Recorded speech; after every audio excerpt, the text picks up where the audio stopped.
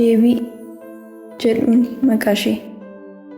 Abbaa fi haadha ishee ijoollummaa waan dhabdeef obboloota ishee lamaan jiraachisuuf hojii kamiyyuu bira hin darbitu. Barattuudhas haalli gamoo isheetti ulfaatu yeroo ishee tokkollee tun balleessin sagantaan fayyadamti. Ofii ishee qofa miti obboloota ishee warra daa'imaallee akkasitti jajjabeessiti. Hubattuudha waan gootu beekti. Waaqa isheen maaf itti gaafatamummaa kanaa natti laatte? Maaf riyyaa koo baluu gadi na goote? Jettee dogoggortee illee komattee hin beektu. Galateeffattuu mucaati. Dhiyeenya kana hojii daandii qulqulleessuu jalqabdeetti. Hojiin daandii qulqulleessuu hagam ulfaataa ta'us simboo fi bareedina deebii gaafa argu amala gaarii horateera. Itti miidhagduu ta'uu ishee dhamaatii fi dadhabbii ishee keessaan mul'ise malee homaattu akka hir'attee mul'attu isheen goone. Deebiitti namni dhiyaatu utuu hin boqotin namni ishee biraa deemu hin jiru.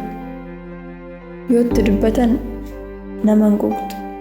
Haasaan ishee aannan lubbuu namaatti caba. Nama tasgabbeessiti. Namoonni baay'een gaafa ishee faana dubbatanii kaan haadha koo na yaadachiista, akkoo koo na yaadachiista, abaluu koo natti fakkaatta jedhuun. Deebiin namoota baay'eef jireenya kana keessatti deebiidha. Nama jireenya isaa jibbu, nama haalli itti ulfaatu hundaanuu gaaffiin hundi deebii qabaa. Rakkoon hundi obsaa fi dhamaatiidhaan Waaqayyo faana ni hiikama jetti. Haasaadhaan miti jiraatteetu dubbatti. Har'a ganamaan deebiin hojii ishee guyyuu hojjechuu deemteetti. Dargaggeessi umurii giddugaleessaa akkuma ishee hojii barbaadu iddoo hojii deebii fa'aa dhufee hojicha hirmaachuu akka barbaadu gaafata. Tole eegaluu dandeessa jedhama. Hojiitti hirmaachuu jalqabe. Haaraa waan ta'eef na'ee ta'uu hojicha kana dura hin hojjenne walii hin beekamu. Garuu ga'umsi isaa baay'ee gadi bu'aadha. Maarree yeroo kana utuu waamin yoo kan namaa jettu deebiidhaan obboleetti jedhee nagaa erga gaafatee booda akkamitti gara hojii kanaatti dhufte jedhee afgaaffii godhee mucaatti ija bobaase.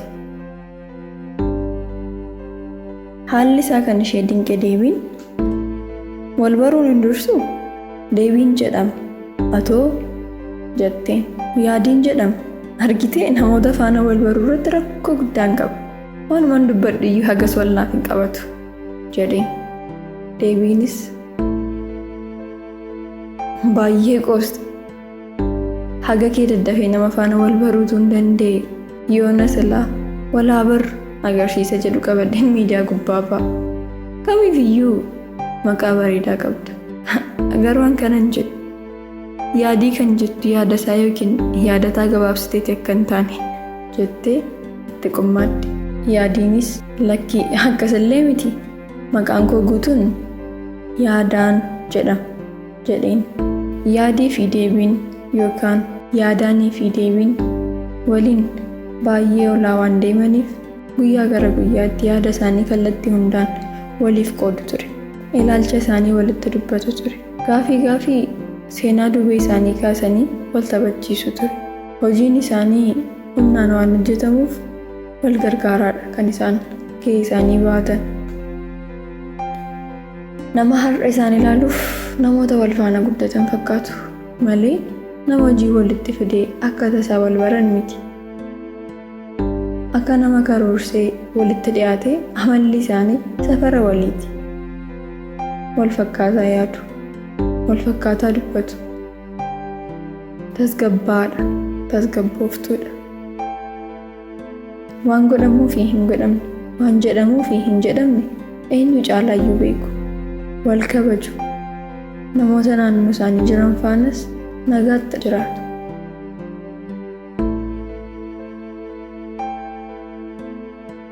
Turtii yeroo keessa dhimmi dhuunfaa isaanii kan waloo ta'eera. Hamaaf gaarii kamiyyuu walitti dubbatanii hiiku. Yaadiin akka tasaa kan hafu yoo ta'e deebii beeksiseetu kan inni hafu. Deebiinis akkasuma. Waan akka inni ishee gargaaru barbaaddullee hunda mari'atanii godhu. Namni gaafa jireenya wal faana qooddatu miti gaafa dubbannaa wal jijjiiru iyyuu yaada wal bira bulfachuun isaa hin oolu. Yaadii fi deebiin namoota jireenya wal faana qooddatanidha. Wal baruun isaanii jireenya akka addaatti akka fudhatan isaan taasiseera. Namoota fakkii walii kanarraa duras maaltu eegama? Wal jaallataniiru. Jaalala fuuldura ofii ishee fi obboloota ishee jijjiiruuf tattaafachuu malee kan hin beekne deebiin hariiroo yaadii faana qabdutti baay'ee gammadduudha. Yaadiif deebiin ifa isaati. Waan baay'ee isaa gaafa ishee argu ni dagata. Waan baay'ee isaa immoo gaafa ishee argu karoorfata. Deebiin isaaf furmaata isaa inni yeroo dheeraaf eegaa turedha.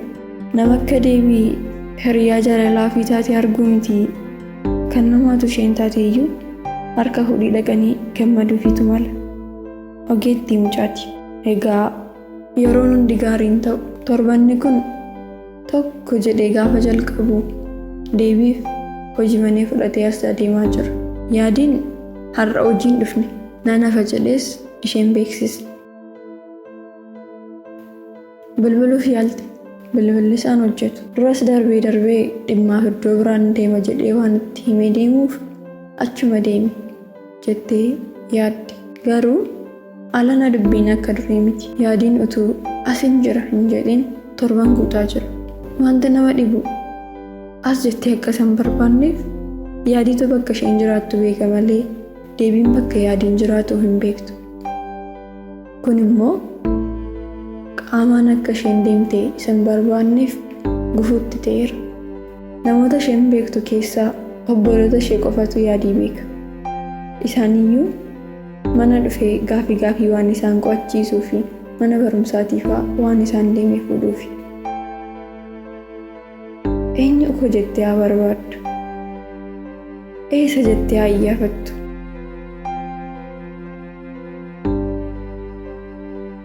Mucaan waan gootu wallaalte. Gaafa bitaatti galu yaa Waaqayyo nagaa godhi jettee ganamaa galgala kadhattiif ture. Guyyaa tokko utuu gara manaa galaa jirtuu konkolaataan dura ishee dhaabbate. Maamila fuudhu yaadiin keessaa bu'e. Deebii jedheen. Naate sidhamoo nagaa keetii maal si godhan as keessaa maal fuuta jettee gaaffii walirra tulteef. Yaadiin isaaf akkas dhiphachuun ishee garaa isaa nyaatee suuta jedhee fuula ishee isaaf dhiphate irraa jaalala dubbisaa qummaada ture. Gaaffii ishee utuu isheen hin xumurin nagaa gootii deebii koo jedheen. Suuta jetteetu maalree yaadii akkasan ta'e kanaaf ani hin dhufne jedhamee namatti ni himamu anallee numa na ajjeeste ijoolleen baay'ee naaniiru jetteen. Yaadiinis eessaa kaasee itti immoo akka qabu bitaatti gale. Gadi ta'anii maal seeti jedhee afaan isaa saaqqate. Waan ati waa'ee koof beektu baay'een isaa sobadha jedhee xiqqoo callise. Deebiin naateetti garuu akka inni xumuruuf eegde. Innis eeyyee sobadha. Ani kanan si barre guyyaan hojii jalqabe miti. Waan hundi har'a anaaf si gidduu jiru kan inni jalqabe anaaf guyyaa jalqaba si argidha. Akka waan har'a ta'e yaadadha. Baay'ee itti dhamaatee hojii hojjettee qabattee jirti. Kanaaf nan argine ture. Nan bartus utuu akka sanatti sitti dhiyaadheera ta'e. Kanaaf nama akka kee ta'e si beeki. Hojii koo godhadhee hojii kee yoon hojjedhe si biratti nan ilaalama jedheen irra deddeebiin dhufee sin ilaala ture. Konkolaataadhuma kanaa garuu guyyaa tokko iyyuu ati nan argitu ture. Garuu gaafan guyyaa tokko hojii kee dhufee hojjedhu na arguun daqiiqaa sitti hin fudhanne. Jireenya natti agarsiiste. Daqiiqootaan hojii jedhee si biratti dabarsaa ture sun hundanaaf yeroon erga of barii qabaadhe kamiyyuu faan walitti naangitan. Si biratti foolii jireenyaa argeera jedheen. Otoo inni fixin deebiin homtuu waan ati jechaa jirtu naaf galaan jiru. Qoosaa kana dhaabi jettiin. Yaadiinis dhugaadha sobaan jiru. Torban kana kanan siif bilbilus dhufuus dadhabeef sababa hojiif bilbila koo jijjiireen maatiinis rakkoo keessa waan jiraniif yeroo dhabeen jedheen. Deebiin afaan ishee qabatte tole si amanee haa jennu. Kana booda maaltu ta'a? Eenyu siin haa jedhu? Maaltu ta'aa jira? jette. Yaadiinis tasgabbaa'i. Amma kanan as jiruuf dhugaa jiru qofaa qobaachuu waan an dadhabeef hojiin koo baay'ee yeroo waan na dhowwatuuf atis qooda asii hojjettu muuxannoo gaazexeessitummaa kee fayyadamtee miidiyaa keenya akka deeggartu si gaafachuuf jedheen. Deebiinis muuxannoo maalii jettu? Ani bar gaazexeessitummaa digirii miti kanan qabu. Barnoota gabaabaa kan halkaniin ji'a ja'a baradhe. Maatiin kee toleen jedhan waan akkasii dhiisi jetteen. Innis maatiin koo haala gaarii irra hin jiran. Ammatti nama amanamaa fi dandeettii qabu malee digirii miti kan isaan barbaadaa jiran. Isa kanaaf immoo si caalaa nama itti amanuu hin qabu. Deebii kumoo haaloo na gargaara jedheen. Deebiinis falmii dheeraa booda itti waliif galte. Amma yaadiin hoogganaa waliigalaa, deebiin immoo gaazexeessitummaa abbummaa fudhatteetti.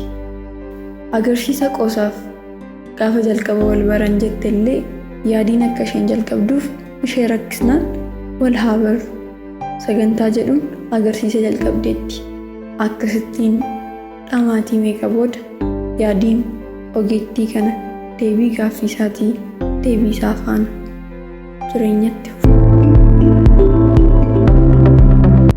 harka fuune ashama akkam jirtu kabajamtootaa fi daawwattoota maatii Hambaa Miidiyaa. Hambaa Miidiyaa irratti kan sagantaa walaa barruu jedhu sagantaa bashannansiisaa fi barsiisaa ta'e qabadhee waan dhiyaachaa jiru hagasitti yuutuubii keenya Hambaa Miidiyaa sabiskiraayib, laayik, sheer gochuu hin dagatinaan isiniin jedha. Haga wal agarruutti nagaan naa ta'a. Faadha.